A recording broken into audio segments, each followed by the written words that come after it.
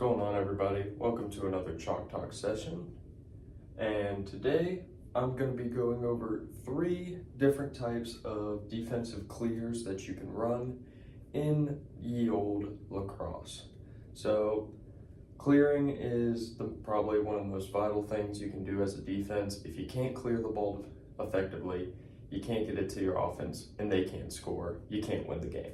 So if you're constantly turning the ball over, trying to do a hero ball clear, or you're messing up your passes because you don't know who you're supposed to throw it to, what your reads are supposed to look like, all of that stuff, that is an ineffective way to run clears, obviously, and it leads to turnovers, which leads to transition goals against you. So clearing is one of the most vital things you can do defensively.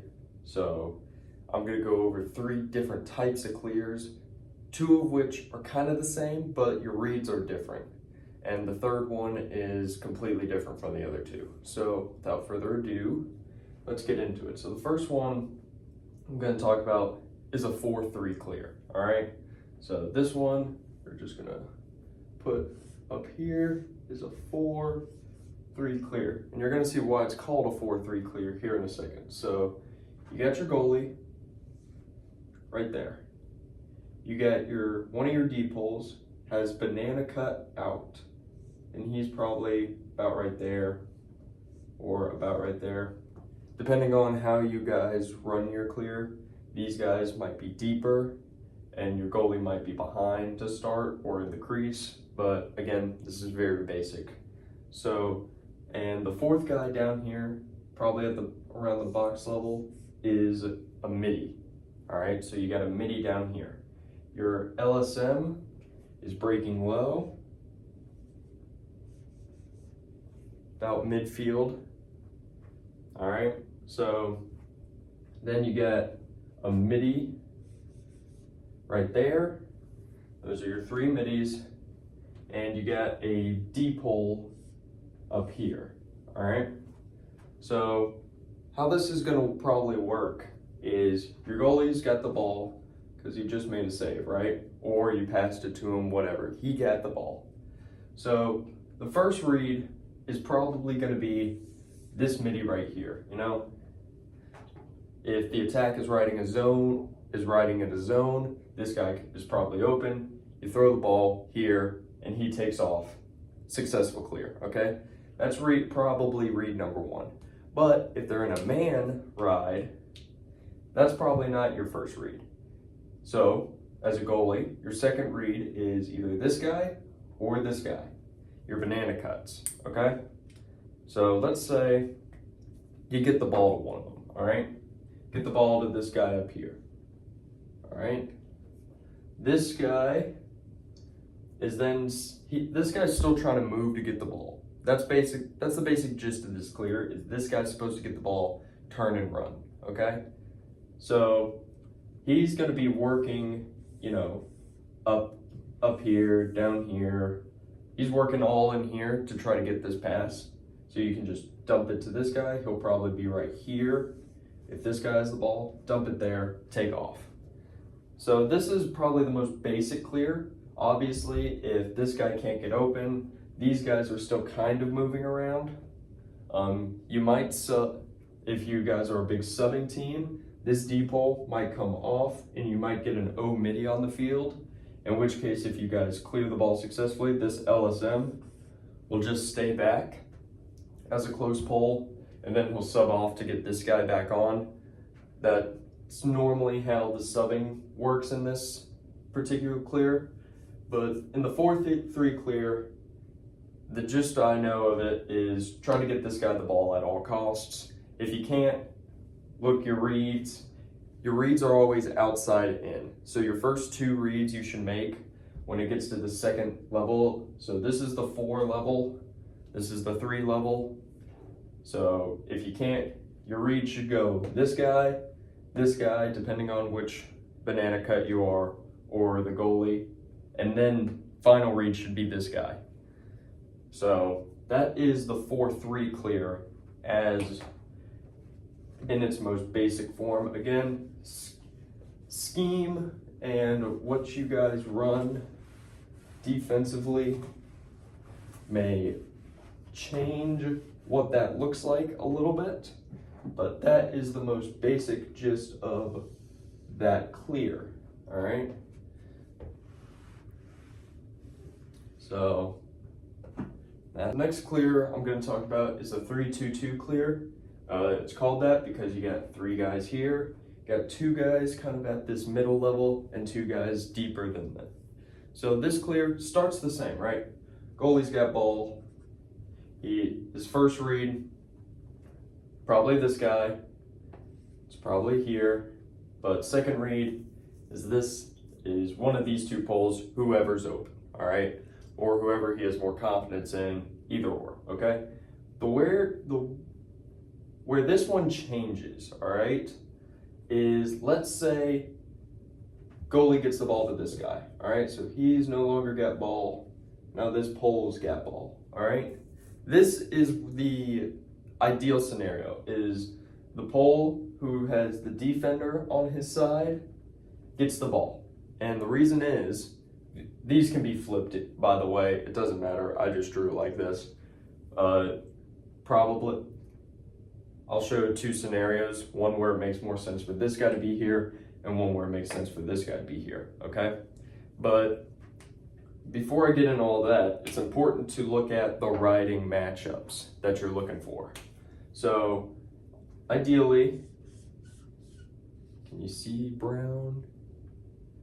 Yeah, you can. Okay, so you got an attackman on this guy, an attackman on this guy, an attack here, midi here, midi here, midi here, all right?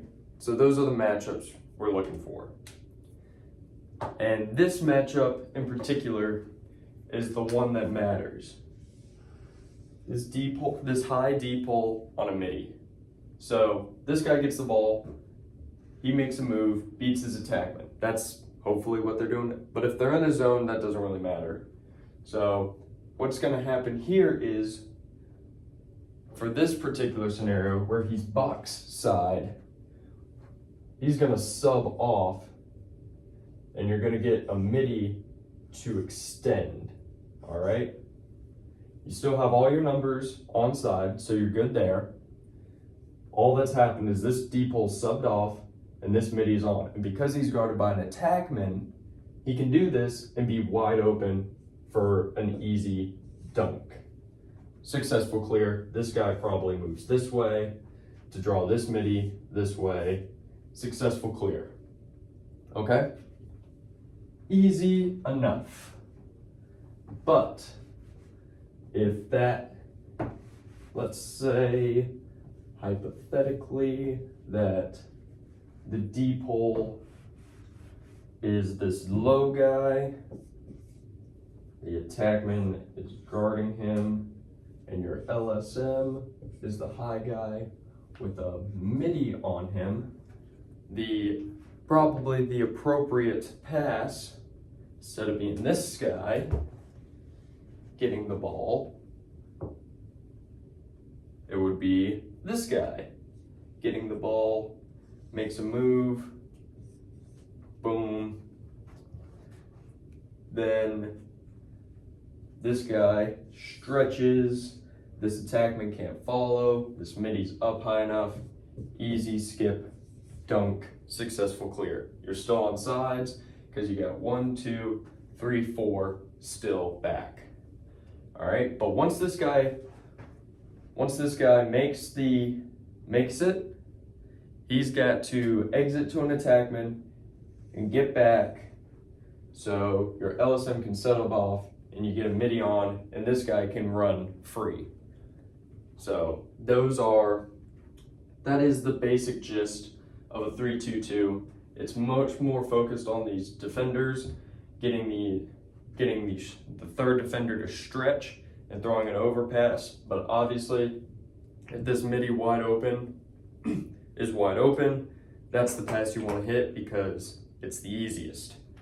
Give it to a midi, let him run. That's his entire job in lacrosse. All right, but in this clear, and it's easier in a zone defense. it's much easier to run in a zone defense. That's why I kind of showed it in a man.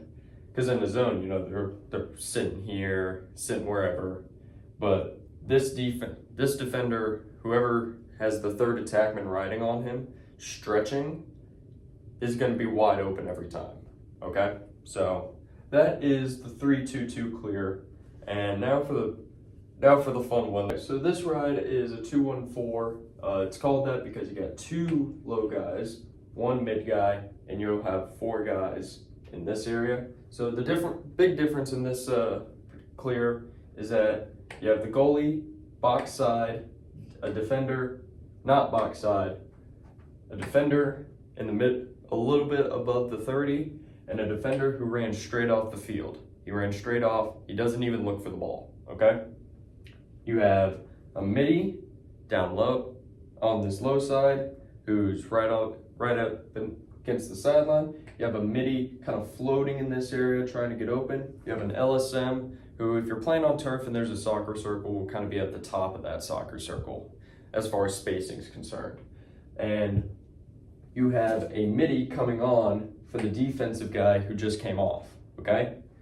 So this is the most dynamic part of this, is this midi thing. So let's say this midi moves across the 50.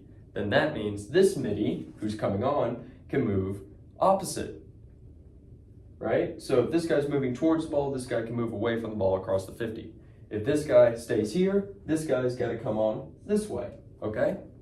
Which this movement is kind of hard to do. You might go off sides a lot, but if you get it right, these guys will be open almost every time. So this goalie, you know, he's carrying. He'll probably throw it over to this deep hole, who's going to carry. This guy kind of isn't a read. The first, again, with every clear, it's outside in. So so if this guy has the ball, he's looking at this midi, wherever he may be. This is kind of controlled by the box, but as long as this guy communicates which side he's going to be on with this guy, you'll never go off sides. They've got to cover this deepest guy, who's your LSM, so these guys are going to kind of be free, and it's going to leave this guy open if he can get open. So he'll then throw it to this guy. He'll take off. This guy will come back over here. Successful clear. Okay. Same thing, honestly, if the goalie has the ball and he's carrying, and he decides to throw it to this guy right here. This guy's right here. This guy's over. This guy takes off. This guy comes over. Successful clear. Okay. So that, obviously, if you can get the pass, if this guy can carry and this guy's open, you throw it to him, successful clear. If they're not covering the LSM because they're too worried about this midi action, toss it over their head, LSM, boom, successful clear. Now, the only thing that gets tricky is if the only pass is to this guy. Because of where he is on the field, that's not really an ideal pass, but it can still work, okay? So let's say goalie throws it to him. He's gonna probably look this guy first, okay? Or he's gonna look this guy, then this guy, but if none of that's open, he's probably gonna roll to a side, and let's say this midi comes on side. If he goes this way, this midi's gonna come on side to meet him. This midi's gonna go over, and he passes it to this midi. He takes off, this guy comes back, successful clear, vice versa to the other side. All right, so this clear is probably the most dynamic, complicated clear. If you guys are running this clear, you'll probably go off sides a few times. That's okay, it's part of the clear. That I'd be shocked if you didn't go off sides a few times. But that is a 2-1-4 clear. It's really involved on your D-poles and goalie's ability to communicate when they're matched to a side. So if like they got this side completely covered and your goalie can sense that, he throws it here. If they got everything covered here, your goalie's ability to say, hey, we're matched that side, give me the ball, and you throw him the ball. Outside of basic communication like that, these two middies got to communicate who's on sides and who's over the 50. So that's another piece of communication. But it also relies heavily on your defender's ability to make overpasses. So like this pass to the goalie is pretty easy, but these passes to the middies might be a little bit harder. So that's just, if you're confident in your ability to make overpasses, this is a great clear to run. It's got a great clear percentage, but you got to be able to make your passes. So that is the 3 most basic clears that I have run at a high school / collegiate level.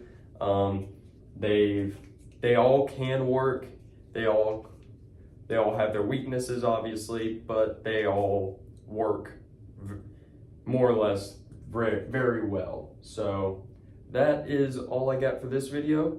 If you liked it and want to see more Chalk Talk, hit the like button. If you want to see more of our videos, hit the subscribe button. And if you got any suggestions or things you want to see us talk over / do, just comment it down below and we'll get to it. So thank you everybody so much for watching, and stay laxin'.